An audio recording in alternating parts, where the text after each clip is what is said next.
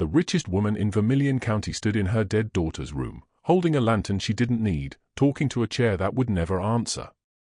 3 years. The dollhouse still sat on the windowsill, dust on its tiny doors. Her Sunday dress hung in the wardrobe like a ghost waiting to be worn. The bed was made. Rosa made it every week, though no one slept there, though no one ever would again. Thea Blackwood lowered herself into the small wooden chair beside the bed. Her knees pressed against her chest. A woman too big for furniture built for a child.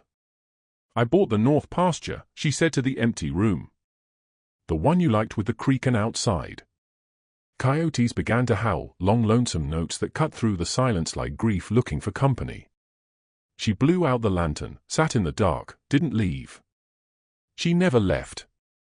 She was 9 years old, covered in road dust, and she walked into the Silver Spur Saloon like she owned the place.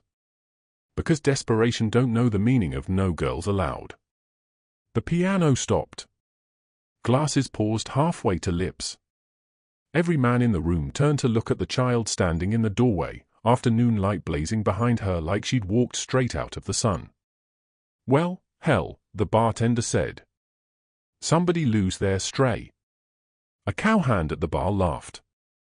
"Maybe she's looking for her daddy. Check under the tables. Might be one of ours sleeping it off." More laughter. The girl didn't flinch. Her eyes moved across the room, searching, measuring, dismissing, until they landed on the corner table where a woman sat alone, whiskey untouched, hat pulled low. She walked straight to her. Thea Blackwood didn't look up. She'd heard the commotion, felt the shift in the room's air, but she hadn't come to town for conversation. She'd come because the silence at the ranch was louder than she could bear today. And sometimes a woman needed noise she didn't have to make herself. "You're Thea Blackwood." Her voice was steady, too steady for a child her age. "And you're in the wrong place, little girl. You got the big ranch. You got money. You got men who do what you say." She lifted her eyes then, took her in. The tangled hair, the dress patched 3 times over, the shoes held together with hope and twine. But it was her face that stopped her. No tears, no trembling lip, just a jaw set hard as iron, and eyes that burned with something she recognized. Desperation. The kind that comes after hope has died and something fiercer takes its place. "You got about 10 seconds before I have you thrown out," she said. "They took my sister into the caves." The words hung in the air around them. The saloon had gone quiet again. Not curious quiet this time, but the uneasy silence of men who'd heard something they wished they hadn't. "She's 6 years old," the girl continued. "Ain't nobody in this town gives a damn about 2 orphan girls. Marshall told me to stop causing trouble. Preacher said pray. Store owner said it ain't his business." She planted her hands on the table, leaning in close enough that Thea could see the dirt in the creases of her knuckles. "You going to be like the rest of them?" Thea felt the weight of every eye in the room, felt the old familiar pull to look away, to find an excuse to let someone else's tragedy stay someone else's. "The caves," she said slowly. "You sure about that?" "I watched him take her. 2 men, one had a badge. Deputy maybe. I tried to stop him, but," her voice cracked just for a second before she wrestled it back under control. "I bit one of them and ran, hid in a feed barn until they stopped looking. Been trying to find help ever since." "How long ago?" 3 nights. 3 nights. A child alone in those caves for 3 nights. "What's your name?" she asked. "Justice. Justice Thorne. My sister's Faith." Justice and Faith. Names given by parents who'd wanted something better for their daughters than the world had delivered. Thea pushed back from the table. "Come with me." She didn't explain. Didn't look at the bartender or the cowhands or any of the other men who'd suddenly found their drinks fascinating. She just walked out, and the girl followed outside. The sun hit them both like a judgment. Thea squinted toward the diner across the street. "When's the last time you ate?" "Don't remember." "Ah, that recent. Who?" She started walking. Come on. The diner was nearly empty. Just old Matteo behind the counter and a drummer in a bowler hat working through a plate of eggs. Thea ordered stew, biscuits, and milk. Justice ate like she was afraid someone might take it away, spoon scraping the bowl before Thea had finished her coffee. She watched her, tried to find a reason to walk away. Couldn't. Why me? She asked finally. You walked past every man in that saloon. Past the marshal, the preacher, the shopkeepers. Why'd you come to me? Justice set down her spoon, wiped her mouth with the back of her hand. Because you got a dead daughter. I figured you might remember what it feels like to lose somebody. The words hit her like a fist to the chest. She didn't ask how she knew. Everybody knew. The great Thea Blackwood, brought low by a fever that didn't care how many cattle she owned. You figured wrong, she said, but there was no conviction in it. Did I? She met her eyes, held them. You're still sitting here, ain't you? She didn't have an answer for that. The bell over the door chimed. Thea glanced up and felt something shift in her gut. An old Tohono O'odham woman stood in the doorway, weathered face impassive, dark eyes finding Thea like she'd known exactly where to look. Running deer.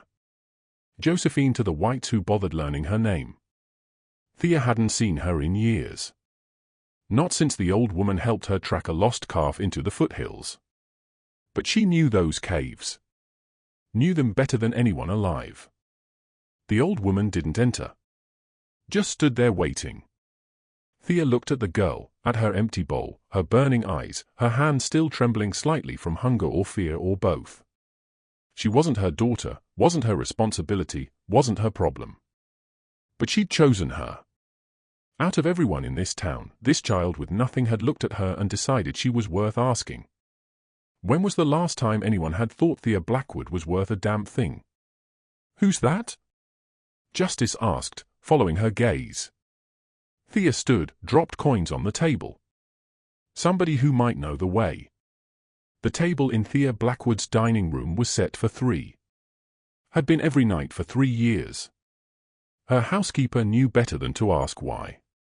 Tonight, for the first time, someone sat in the empty chair. Justice perched on the edge of the seat like she expected someone to yank it out from under her. Her eyes moved across the room, the chandelier with its film of dust, the paintings of cattle and mountains, the grandfather clock ticking in the corner like a heartbeat that didn't know when to stop. This your whole house? She asked. Part of it. It's big. It's a house. Rosa appeared in the doorway, wiping her hands on her apron. 63 years old, born in Sonora, been with the Blackwood family since before Lily drew her first breath. She took one look at the girl and her face did something complicated. Surprise, then softness, then a careful blankness that Thea recognized as her way of asking questions without asking them. Dona Elena, she said. This is Justice. She'll be staying tonight, maybe longer. Rosa nodded slowly. She needs a bath. I ain't dirty, Justice said, then looked down at herself. The road dust, the mud caked on her shoes, the grime worked into her skin like a second layer. Well, maybe a little. Come, Mija. Rosa held out her hand. Hot water, clean clothes. Then you eat properly, not like a starved dog in a diner. Justice glanced at Thea, something flickering in her eyes. Uncertainty maybe. Or the unfamiliar sensation of being cared for. Go on, she said. Ain't nobody going to hurt you here. She went. Her footsteps echoed up the stairs, small and hesitant, followed by Rosa's steadier tread. Thea stood alone in the dining room. 3 place settings, 2 candles, 1 oil lamp in the center of the table, unlit, the same lamp that had sat there since Lily was old enough to reach up and touch the glass, fascinated by the way the flame danced. She didn't light it, hadn't lit it at dinner since she died, but she never moved it either. Some things were easier to keep than to let go. An hour later, Justice came down the stairs in one of Lily's old dresses. Thea had been pouring herself a whiskey. The glass slipped, hit the sideboard, didn't break, but splashed amber across the wood. She didn't move to clean it. The dress was blue, simple cotton, white buttons down the front, a ribbon at the waist that Lily used to tie and untie when she was nervous. It fit Justice wrong. Too loose in the shoulders, too short at the hem, but it fit her right enough that for one terrible second, Thea saw a ghost walking toward her. Rosa said I should wear it. Justice tugged at the fabric, uncomfortable. I told her I don't take dead girls' clothes. She said, I know what she said. Silence. The clock ticked. Outside, the wind picked up, rattling a shutter somewhere in the house. You don't got to look at me like that, Justice said quietly. I know I ain't her. Thea turned away, picked up a rag, started mopping the spilled whiskey like it was the most important task in the world. No, she said. You ain't. But her hands were shaking and they both knew it. Dinner was quiet. Rosa served beef stew thick with potatoes and carrots.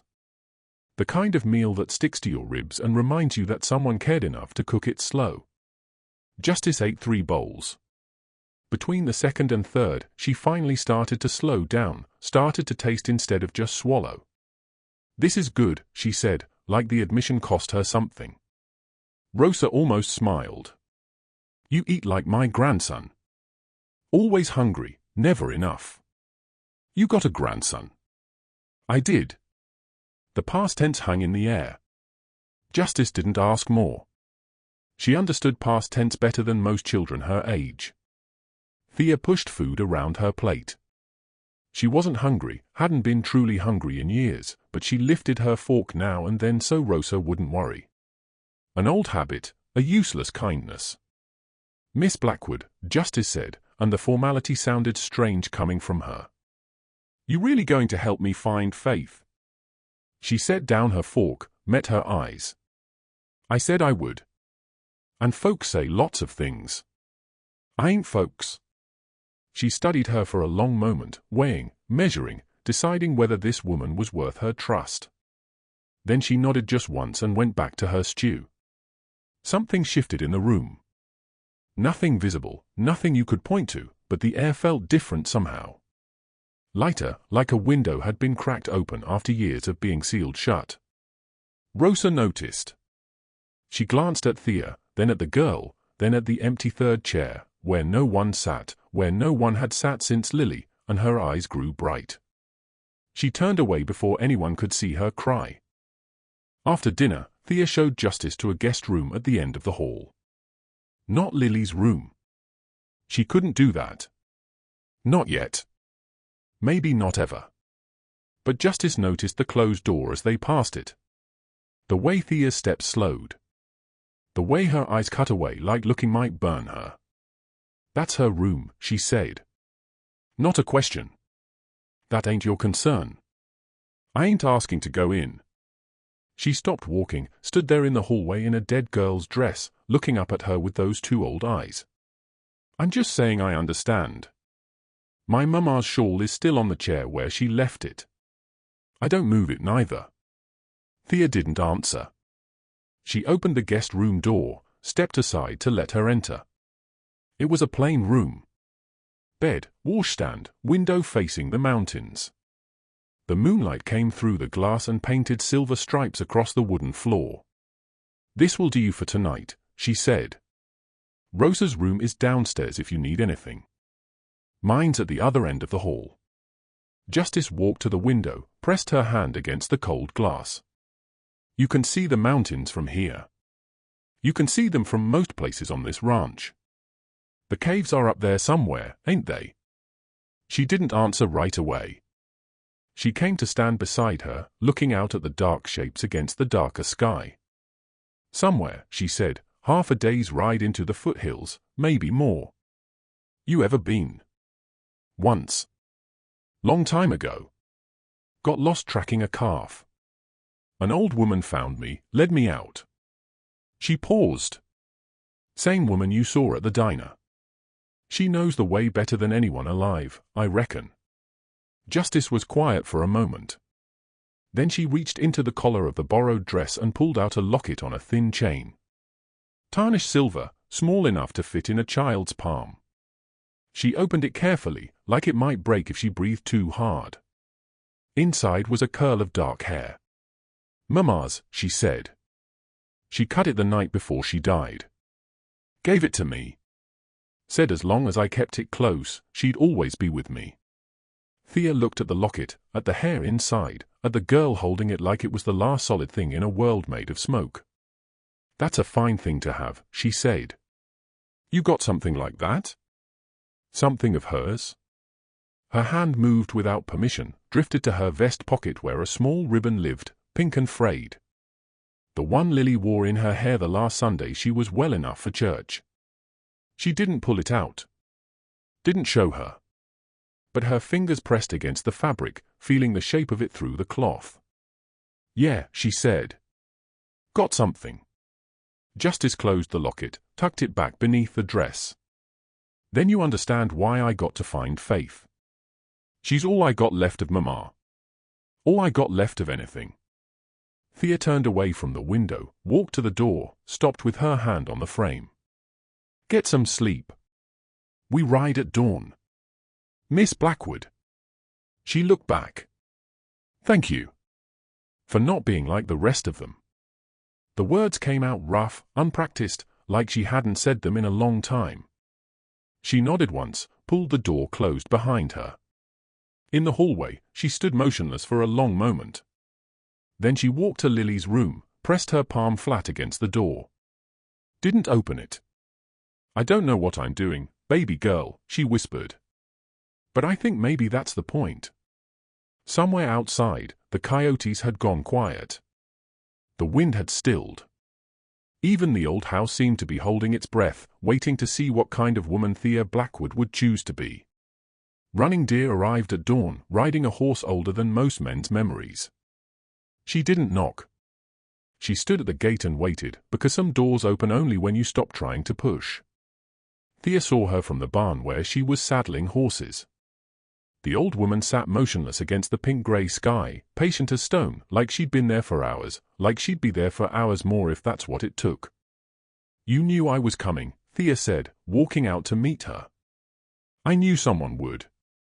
Running Deer's voice was like wind through dry grass, soft, weathered, carrying the dust of decades. The girl's spirit cried loud enough to hear from the village. "I came to see who would answer." The old woman's dark eyes found hers, held them. And if no one had, there was weight in that word again. Thea didn't ask what it meant.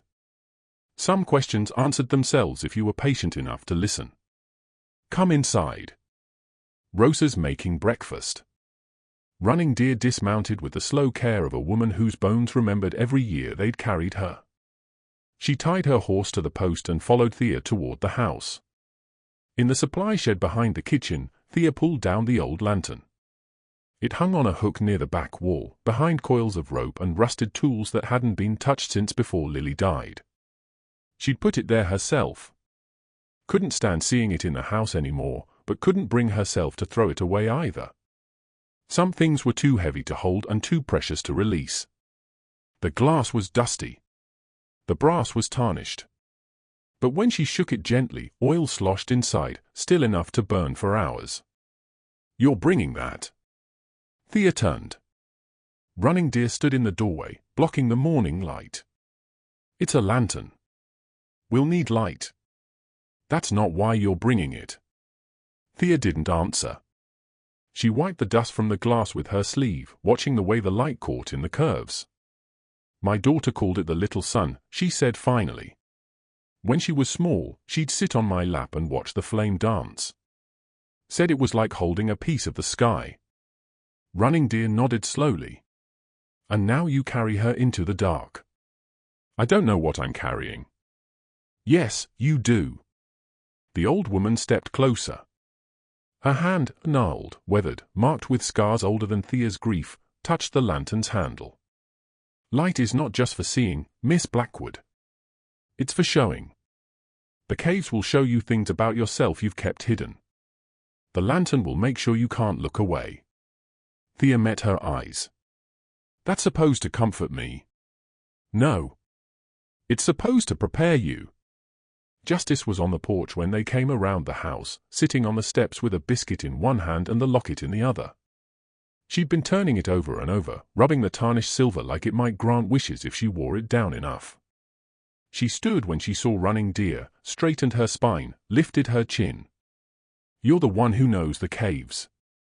The old woman studied her for a long moment. Something passed across her face. Recognition, maybe. Or memory. "I know them," she said. "I wish I didn't.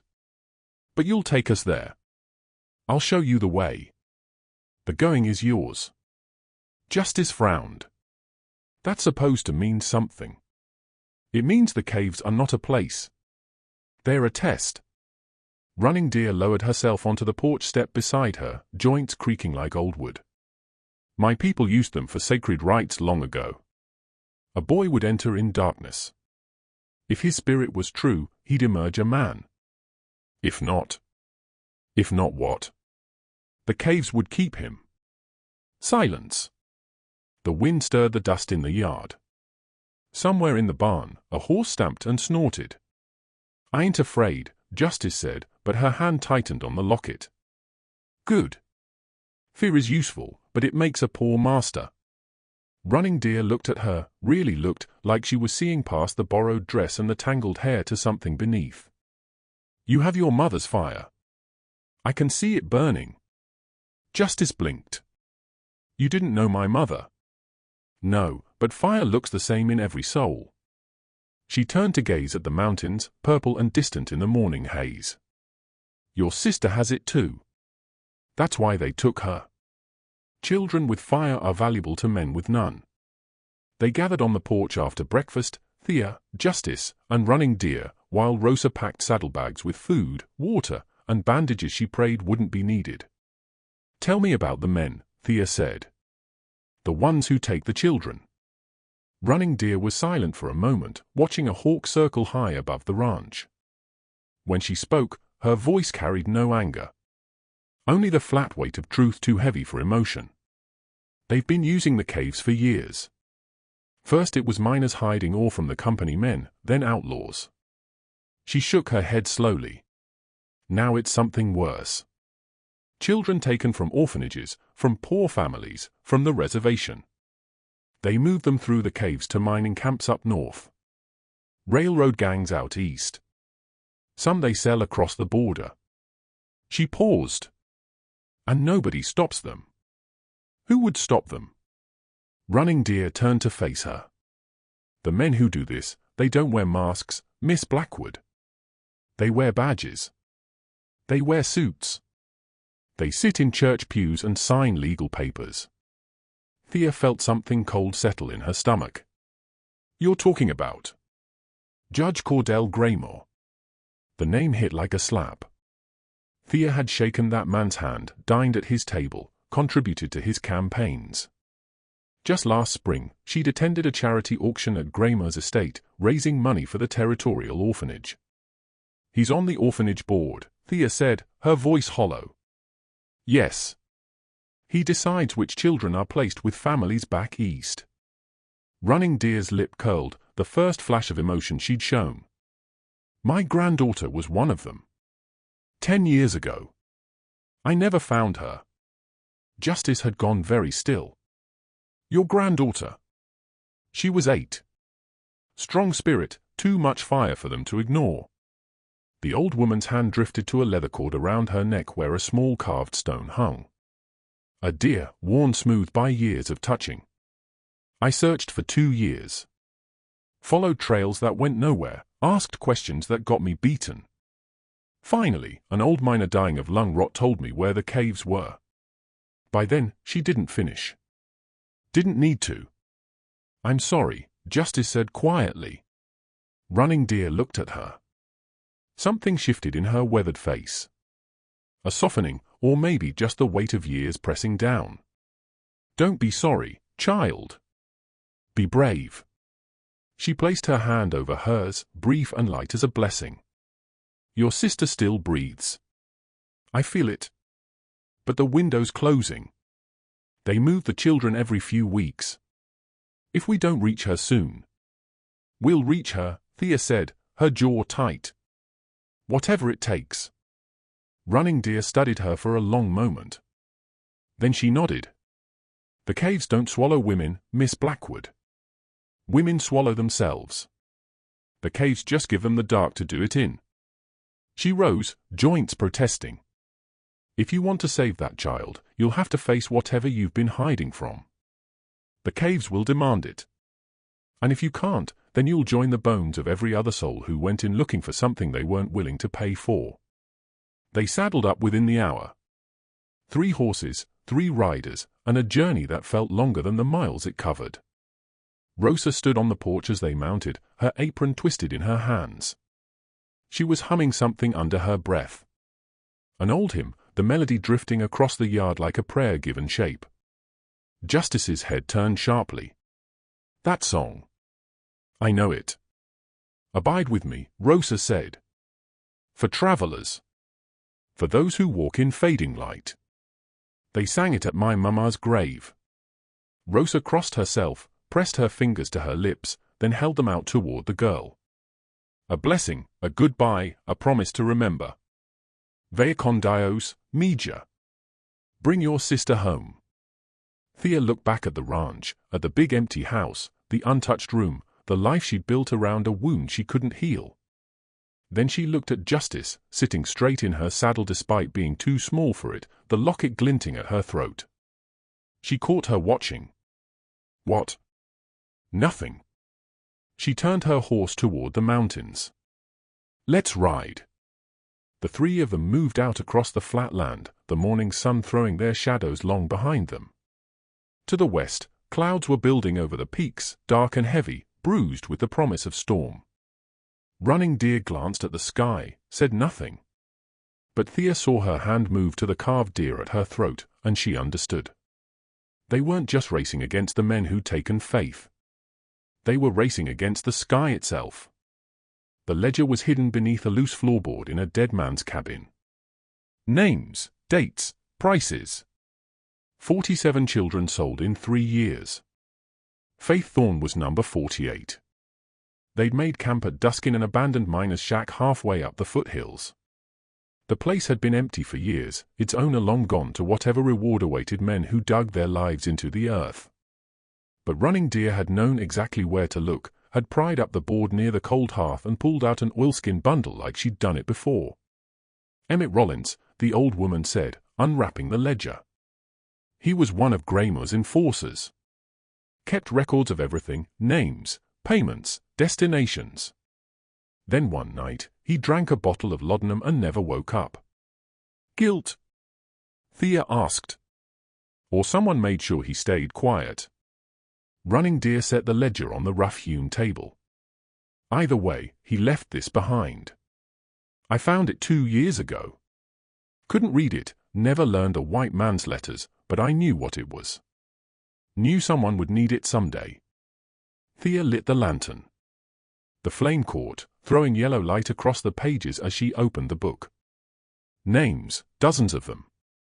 Children's names written in a clerk's careful hand alongside dates and dollar amounts.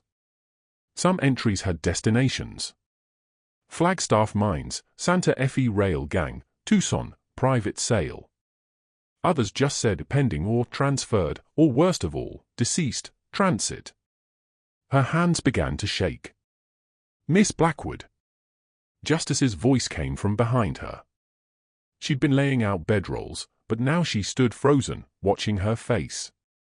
What is it? She should have closed the book, should have shielded her from it. But she was already moving toward her, already reaching for the pages, and she couldn't find the words to stop her. Her finger traced down the columns, stopped. Faith Thorne, she read aloud. Age 6. Date November 19th. Status, pending. She looked up, her face bloodless in the lantern light. Pending? What's that mean? It means she's still in the caves, Running Deer said quietly. They haven't moved her yet. There's still time. Justice's breath came fast and shallow, her hand pressed flat against the page like she could reach through the paper and pull her sister out. For days, she whispered. She's been in there 4 days. We'll reach her tomorrow. Thea closed the ledger. Running Deer says the cave entrance is a half-day's ride from here. We leave at first light. We'll be there by noon. And then what? Justice's voice cracked, the first time she'd heard it break since the saloon. There's men in there. Men with guns. What are we going to do? Ask them nice to give her back. We'll figure it out. That ain't a plan. It's what we got. She stared at her, her chest heaving. And for a moment, Thea saw the terror she'd been hiding beneath all that fire. The little girl underneath the iron jaw, the child who'd been holding herself together with nothing but will and rage. Hey! She knelt in front of her, bringing her eyes level with hers. I ain't going to let them keep her. You hear me? Whatever it takes. You promise? The word hung between them. Heavy. Dangerous. I promise. Later, after Justice had finally fallen into a fitful sleep, Thea sat at the table with the ledger open before her. Running Deer watched from the shadows near the door, her dark eyes catching the lantern light like polished stones. You're looking for names you know, the old woman said. Thea didn't deny it. Her finger moved down the pages, stopping at entries that made her stomach turn. Thomas Whitfield, age 9, son of the laundress on 4th Street. Everyone said he'd run off to join a cattle drive. Mary and Sarah Benton, ages 7 and 11, daughters of a miner killed in a cave-in. The church said they'd been placed with relatives back east. Naomi Running Deer, age 8. Thea looked up. Running Deer's face was stone. Your granddaughter? Yes. I'm sorry. Sorry doesn't bring her home. The old woman moved to the table, looked down at the ledger. But perhaps it can bring hers. Thea turned back to the book.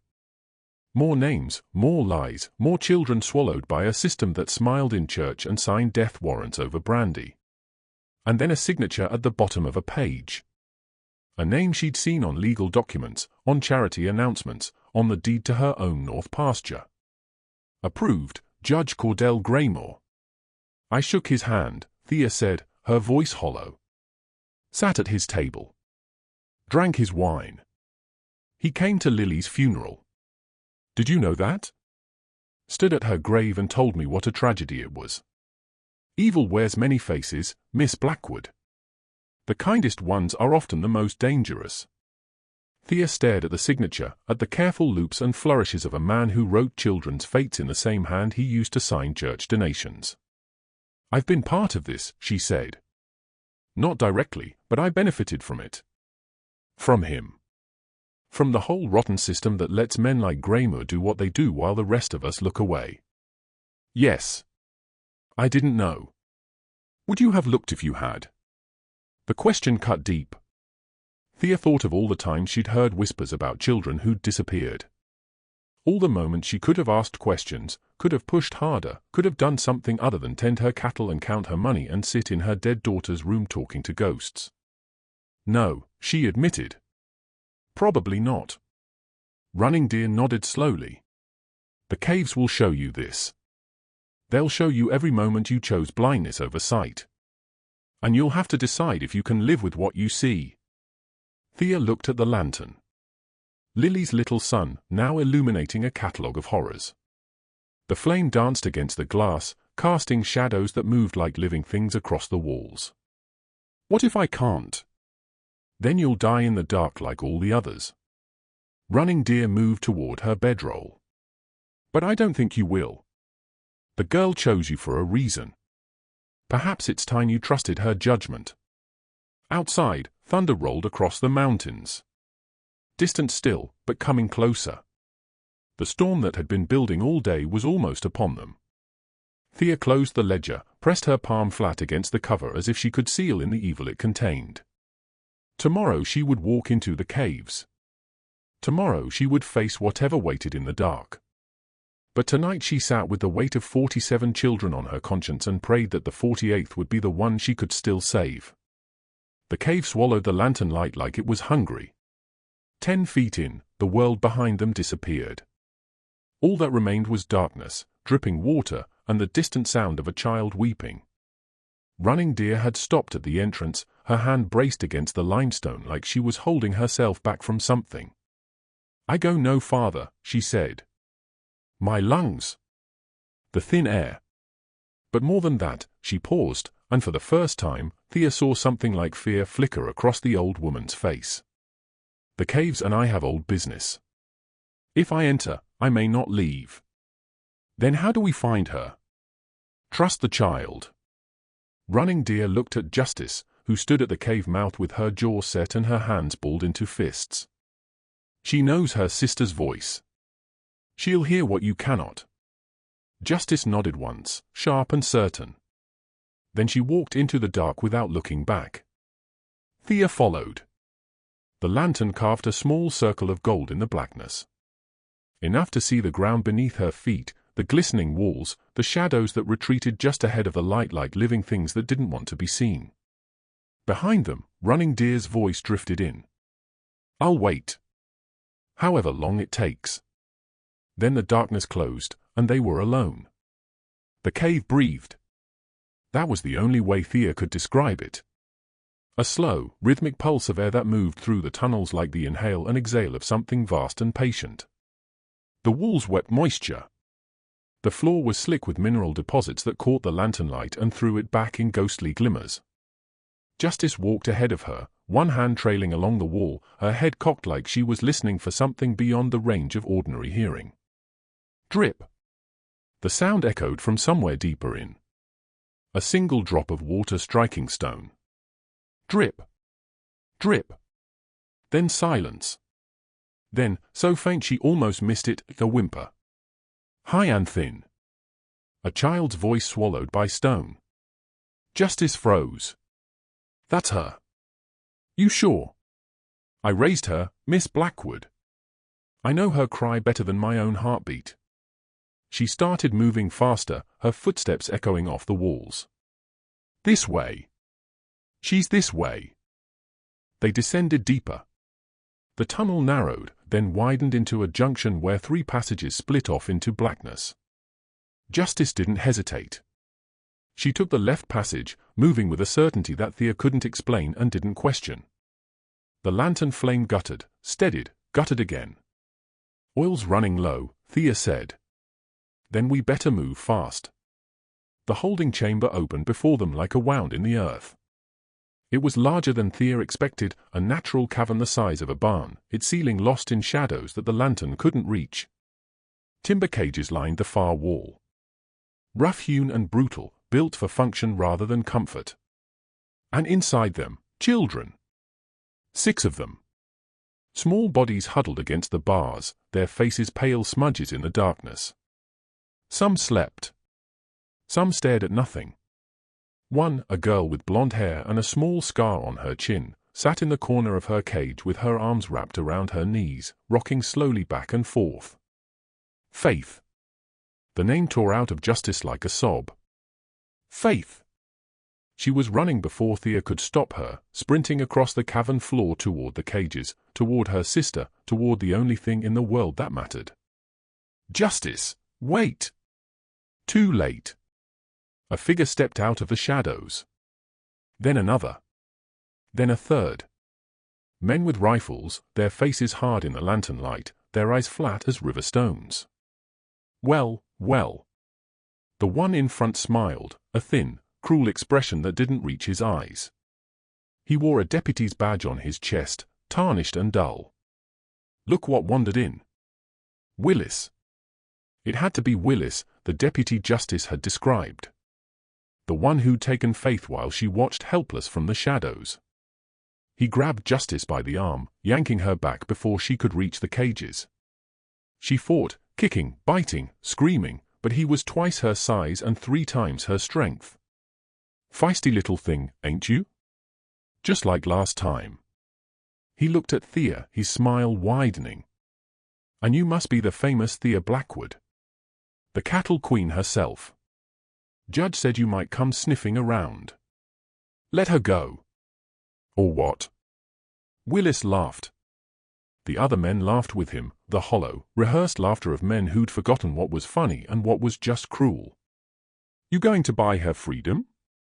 That's all you know, ain't it? Buying things. Buying land. Buying cattle.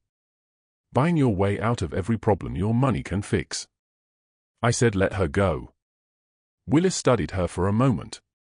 Then he threw Justice toward the cages. Not gently. Not carefully. Just discarded her like a sack of grain.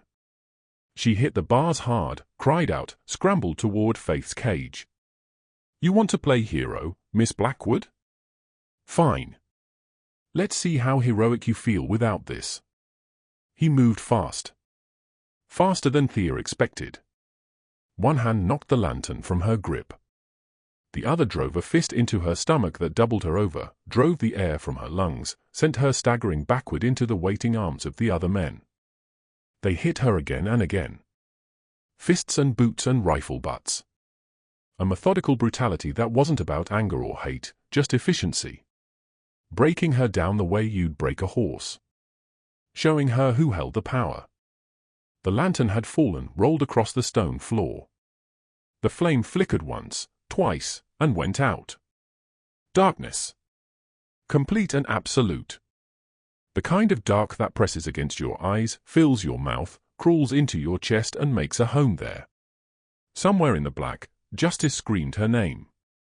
Somewhere else, Faith began to cry. And Thea Blackwood lay on the cold stone floor, tasting blood, staring at nothing, feeling the weight of every failure she'd ever carried pressing her down into the earth. Time became meaningless in the dark. Thea lay where she'd fallen, blood pooling beneath her cheek, her ribs screaming with every breath. She could hear the men moving around the chamber, boots on stone, the clink of metal, low voices discussing logistics she couldn't quite make out. Something about a wagon. Something about dawn. They were going to move the children soon. And there wasn't a damn thing she could do about it. You failed. The thought came unbidden. Her father's voice from decades past. The same voice that had told her she'd never amount to anything. That she was too soft. That real women didn't cry when their mothers died. Or their horses got shot. Or their daughters. You failed her too. Lily. Her little girl. Her heart walking around outside her body until one day it just stopped. She'd been in Tucson when the fever took her. Bidding on a parcel of land she didn't need, adding acres to an empire that meant nothing because that's what people like her did. They accumulated. They conquered. They built monuments to their own importance while the things that actually mattered slipped away like water through open fingers. Rosa had sent word. She'd ridden through the night, killed 2 horses getting home. But when she burst through the door of her room, the doctor was already pulling the sheet over her face. She hadn't even been there to hold her hand. And now you're here on the floor. Useless. Just like always. Miss Blackwood. Justice's voice, somewhere in the darkness, small and frightened, but still fighting. Miss Blackwood, please get up. She tried to speak, coughed blood instead. I can't, she whispered. I ain't enough. Never was. Silence. Then the sound of small bodies shifting in the cages. A child whimpering. The drip of water, steady as a heartbeat, indifferent to human suffering. And then a voice began to sing. Soft, trembling. A child's voice, thin as thread, but somehow unbroken. Abide with me, a fast falls the eventide. Faith. Little Faith, 6 years old, blonde hair and a scar on her chin, singing the same hymn they'd sung at her mother's funeral. The same hymn they'd sung at Lily's. The darkness deepens, Lord, with me abide. Thea's chest cracked open. Not her ribs, something deeper. Something that had been sealed shut for 3 years, locked away behind walls of whiskey and silence and long nights in a dead girl's room. When other helpers fail and comforts flee. She was crying. She hadn't cried since the funeral. Hadn't let herself. But now the tears came hot and fast, mixing with the blood on her face, dripping onto the cold stone floor. Help of the helpless, oh, abide with me. The song faded. The cave held its breath. Then Justice's voice, close now. She must have crawled toward her in the dark. That's the song they sang at Mama's grave. Faith learned it there. Sings it every night before she sleeps. A pause. I think she's singing it for you. Why? Because you came. She felt her hand find hers in the darkness. Small and cold and fierce. You think you failed her 'cause you wasn't there when your girl died. But you're here now. You came. That's more than anyone ever did for us. I can't save you. Can't even stand. Then don't save us. Her grip tightened. Just don't leave. Just stay. That's all Faith ever wanted. Someone who stayed. The words hit her like a second beating, but this one didn't break her. It woke something up. Someone who stayed. She hadn't stayed with Lily. Hadn't stayed with life. She'd been punishing herself for 3 years, but not for being absent at her death. For giving up after it. For deciding that her grief mattered more than her living. For sitting in that room night after night, talking to a ghost while the world went on burning around her. That was the sin. Not the absence. The surrender. And now, in this cave, in this darkness, a child she'd never met was singing hymns to a stranger. And another child was holding her hand. And somewhere above them, a storm was breaking. And she had a choice. She could lie here and die. Or she could get up and fight. Her free hand moved in the darkness. Found cold stone. Found something else. Smooth glass, brass edges, familiar weight. The lantern. Still within reach. Unbroken. Empty of oil. Empty of flame. But she grabbed it anyway.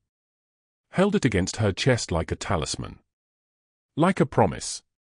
Like the last piece of her daughter she had left. Justice. Yeah? How many men? 4, I think. Maybe 3 now. One went to meet the wagon. They got rifles. 2. And pistols. She forced herself onto her elbows. Pain screamed through her ribs. She ignored it. I need you to do something for me. Something brave. I ain't scared. I know you ain't. She found her face in the darkness, cupped her cheek with a bloody hand. That's why I'm asking you. Somewhere across the chamber, Willis laughed at something one of his men said. The sound echoed off the walls, hollow and cruel. Thea Blackwood rose to her knees. Then slowly, to her feet. The lantern hung empty in her hand. No light. No fire. Just a woman standing in absolute darkness, holding on to the memory of something that used to burn. But sometimes the memory is enough. Sometimes you carry your own light through. She'd stopped praying 3 years ago. Figured God had stopped listening around the same time. But in the dark of the cave, with blood in her mouth and a dead lantern in her hand, Thea Blackwood tried one more time. The men had moved to a side chamber, their voices fading into distant echoes. Something about whiskey. Something about the cold. They weren't worried about their prisoners. Why would they be? A beaten woman, a handful of caged children, and one skinny girl who'd already been caught once. No threat at all. That was their mistake. Thea sat with her back against the cave wall, the unlit lantern cradled in her lap like something precious. Justice had crawled back to Faith's cage, pressing herself against the bars, whispering words she couldn't hear. The other children had gone quiet, either sleeping or too broken to make sound. And Thea prayed. Not the formal prayers of her childhood, the ones her mother had taught her before consumption took her. Not the angry prayers she'd hurled at heaven the night Lily died. Just words. Quiet and desperate and honest. I don't know if you're there. Don't know if you ever were. But if you are, if you're listening, I need you to know something. She closed her eyes. The darkness behind her lids was the same as the darkness before them. I've been a coward. Not because I wasn't there when she died, because I stopped living after. I built a tomb out of a room and crawled inside it. I let my grief become an excuse to stop caring about anything else. The drip of water echoed through the chamber, steady, patient, like the cave itself was waiting for her to finish. These children don't have anyone. Their parents are dead. The law won't help them. The church won't help them. The whole damn world has decided they're not worth saving.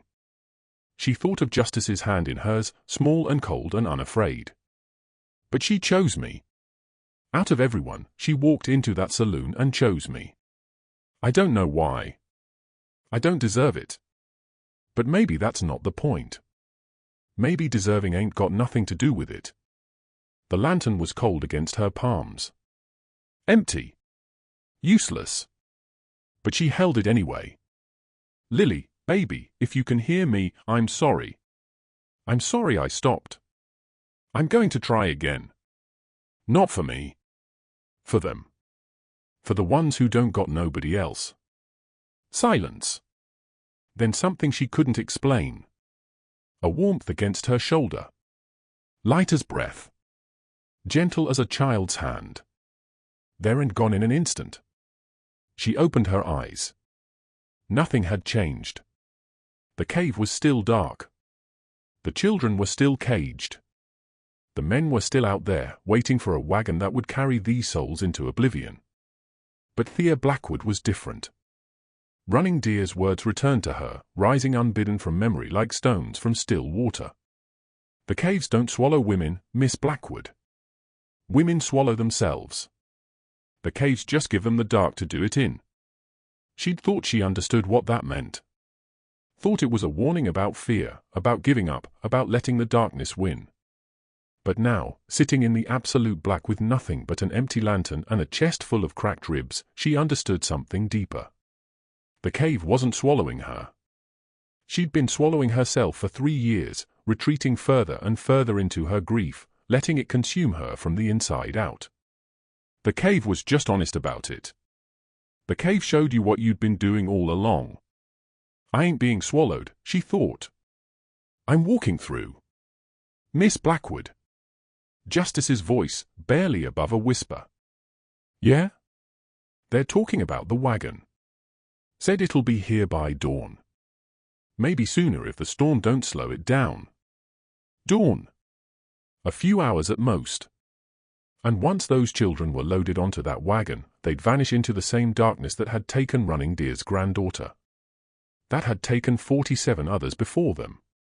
How many children in the cages? 6, including Faith. 2 boys, 4 girls. Youngest is maybe 4. Oldest might be 10. Any of them hurt. Scared. Hungry. Cold. A pause. But not broken. Not yet. Not yet. That was something. Thea forced her mind to work, pushing past the pain in her ribs, the fog in her head. 3 men, maybe 4 when the wagon arrived. 2 rifles that she'd seen, plus pistols. They had light, torches mounted on the walls of their side chamber, a fire for warmth. She had darkness. Darkness and an empty lantern. And one fierce little girl who'd already escaped these men once. Justice, come here. She crawled to her, her breath warm against her face in the cold air. I need you to listen carefully. Can you do that? I ain't deaf. Despite everything, she almost smiled. No, you ain't. Here's what I need you to do. The plan was simple. Simple plans were the only kind that worked when you had nothing but darkness and desperation on your side. Justice would slip away. She was small enough, quiet enough, knew how to move without being seen. She'd find the oil stores the men used for their torches, tip them, create a trail leading toward the cave entrance. One spark, and the whole place would light up. Chaos. Confusion. Enough of a distraction for Thea to reach the cages, get the children moving. What about you? She asked when she'd finished explaining. I'll handle the men. With what? You can barely stand. I'll manage. That ain't a plan neither. It's what we got. She found her hand in the darkness, squeezed it once. You trust me? Silence. Then, you came into a cave for a girl you never met. You got beat half to death and you're still talking about fighting. Her voice cracked just slightly. Yeah. I trust you. Then go. Quiet as a church mouse. Don't let them see you. She started to move away, stopped. Miss Blackwood. Yeah? When we get out of here, if we get out, what happens then? She thought about the ranch, the empty rooms, the table set for 3. Then we go home, she said. All of us. She didn't respond, but she heard her breath catch, heard the small sound she made, not quite a sob, not quite a laugh, something in between. Something that sounded like hope. Then she was gone, swallowed by the darkness, and Thea was alone with the empty lantern and the weight of everything she'd ever failed to do. Outside, somewhere far above, beyond the tons of stone and earth, the storm finally broke.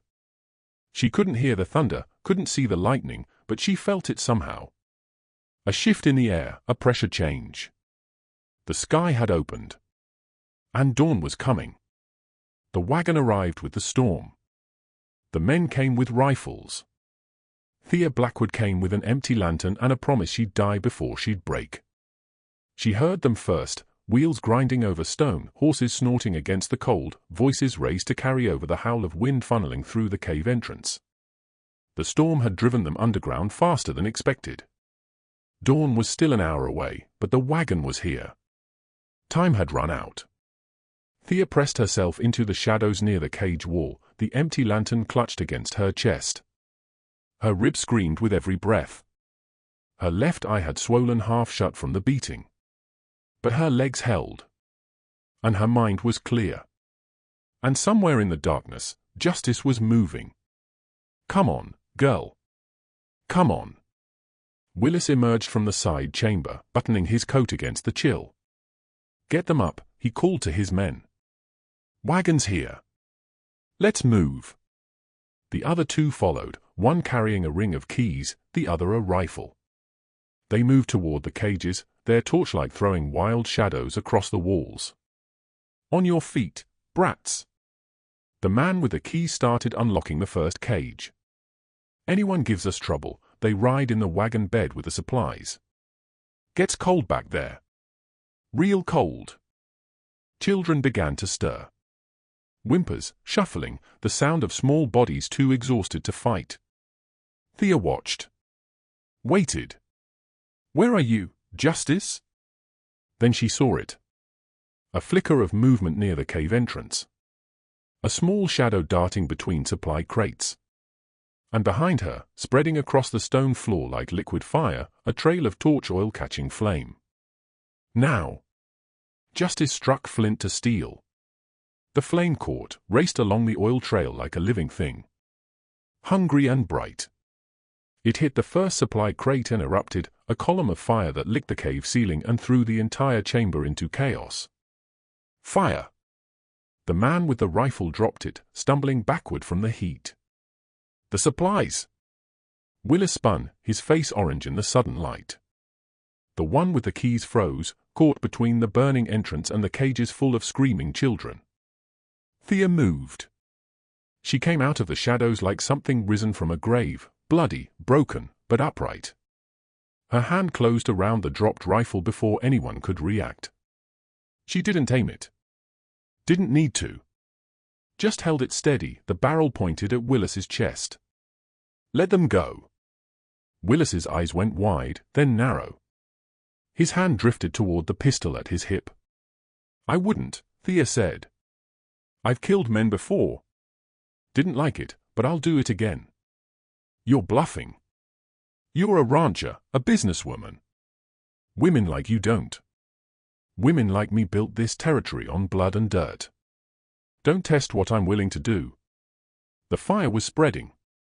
Smoke billowed toward the ceiling, thick and black.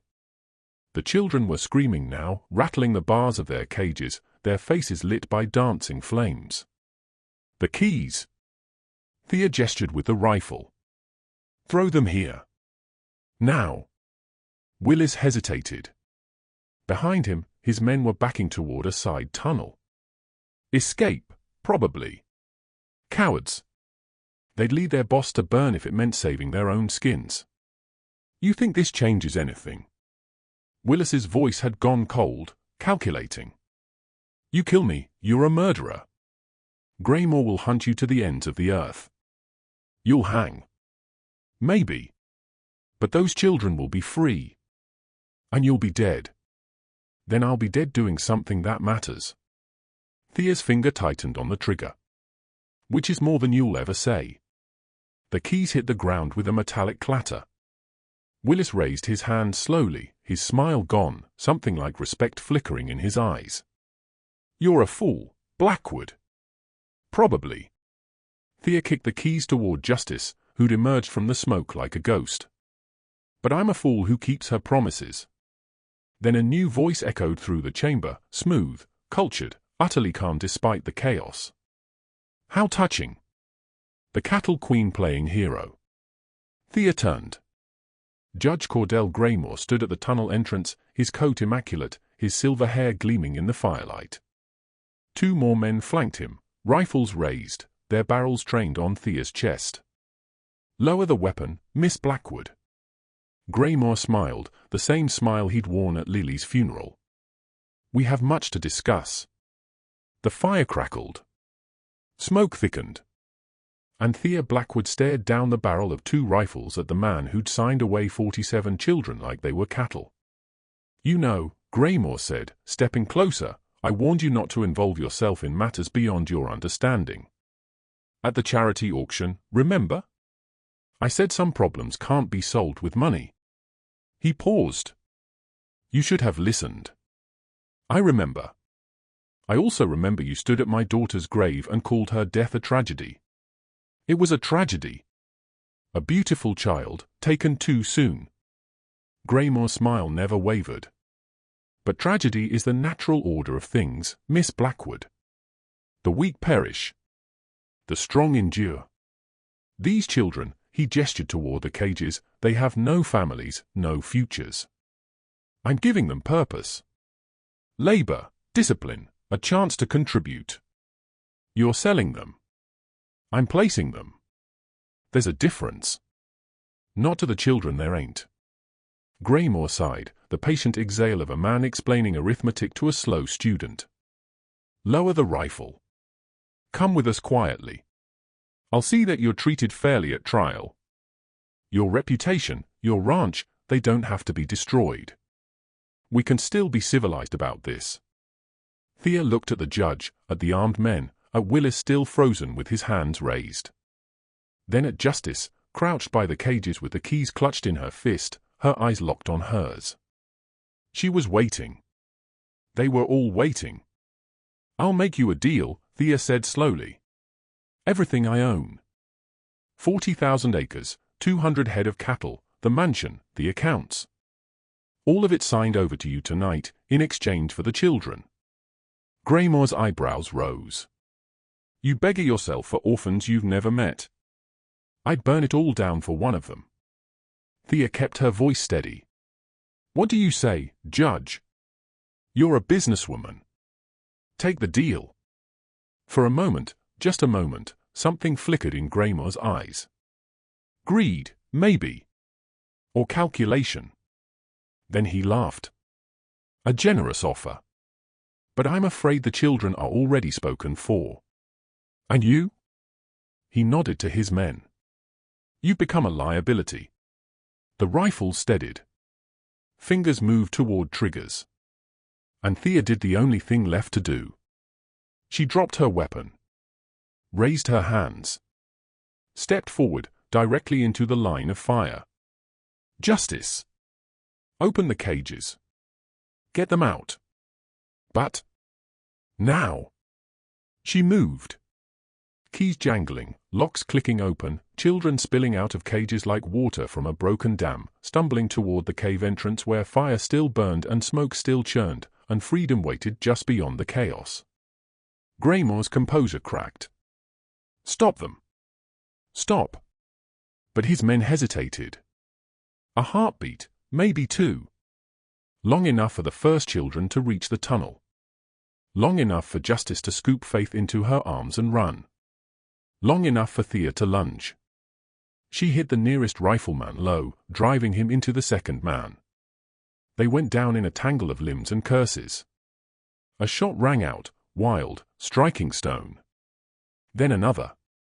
Pain, hot and sharp, blooming in her shoulder. She ignored it. Kept fighting. Kept buying seconds for the children she could hear screaming toward daylight. Then a new sound. Horses. Shouts. And a voice she recognized, calm as still water. Judge Greymore. Running Deer stood at the tunnel entrance, the gray dawnlight silhouetting her figure. Behind her, riders in federal uniforms dismounted, their badges catching the firelight. "The marshals received my message," the old woman said. "They've been riding through the night." Greymore's face went white. You have no authority." "I have the ledger." Running Deer held up the oilskin bundle. "Names, dates, your signature. 47 children. 47 witnesses, if any still live." Her voice dropped.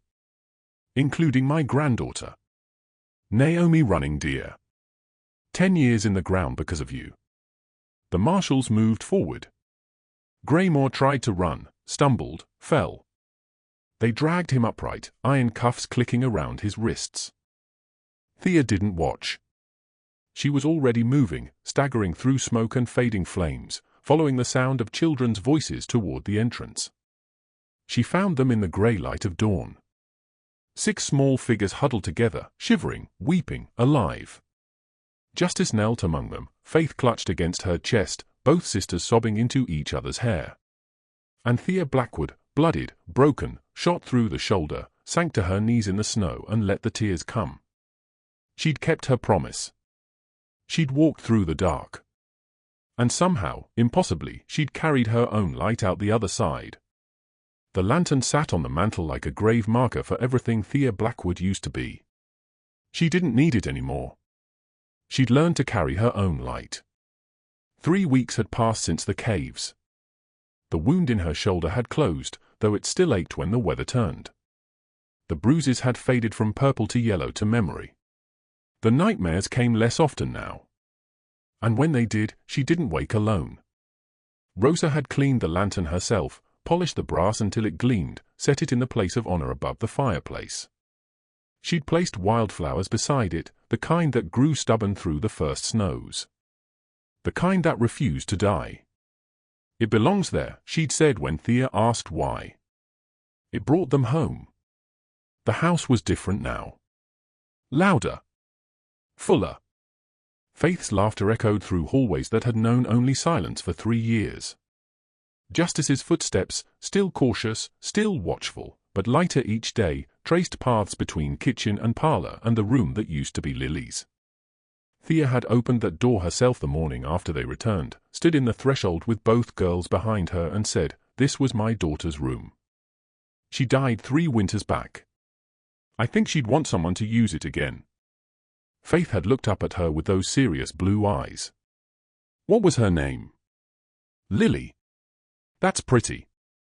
She'd walked inside, touched the dollhouse, looked at the Sunday dress still hanging in the wardrobe. "I'll take good care of it. I promise." And somehow that had been enough. The evening light was golden when Running Deer came to say goodbye. She rode up to the porch where Thea sat, watching the mountains go pink and purple against the winter sky. The old woman didn't dismount, just settled her horse and looked out at the same view, patient as always. "The marshals took Greymore to Phoenix," she said. "Trial set for spring. They found records, witnesses. He won't walk free. And the children, placed, all of them. Some with families. Some with the mission school, the good one, run by the sisters who actually care. A pause. They'll be all right. And your granddaughter? Running Deer was quiet for a long moment. Her hand drifted to the carved stone deer at her throat. I know where she rests now. A marshal found the records. A mining camp in Colorado. She didn't last the first winter. The words came without bitterness. Only the weight of a grief finally given its proper shape. But I know. That's enough. That's peace. Thea nodded. There was nothing to say. Some losses couldn't be fixed, only carried. Running Deer turned her horse toward the mountains, then stopped. Your daughter, she said. She sent you those girls. I believe that. I believe it too. The old woman almost smiled. Then believe this. She's proud of you. She rode off without another word, her silhouette shrinking against the fading sky until the land swallowed her whole. The door opened behind Thea. Small footsteps, then a tug at her sleeve. Faith stood there, Justice just behind her. The locket glinted at Justice's throat, returned now with a new strand of hair wound beside her mother's. Faith's hair. Sisters bound together in tarnished silver. Miss Blackwood. Faith's voice was barely a whisper.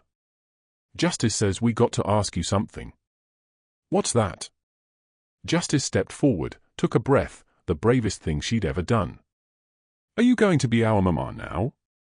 Thea looked at them. 2 orphans. 2 strangers. 2 children who'd walked into her life and refused to let her die. She didn't speak for a long moment. Then, I reckon I am. If you'll have me. Faith climbed into her lap. Justice leaned against her shoulder. The lantern glowed warm in the window behind them. And somewhere in the quiet of the evening, a small voice that sounded like Lily whispered, "Thank you, Mama, for not giving up." The coyotes were silent. The land was still. And Thea Blackwood, mother again, at last watched the first stars appear over the mountains, and let herself believe in tomorrow.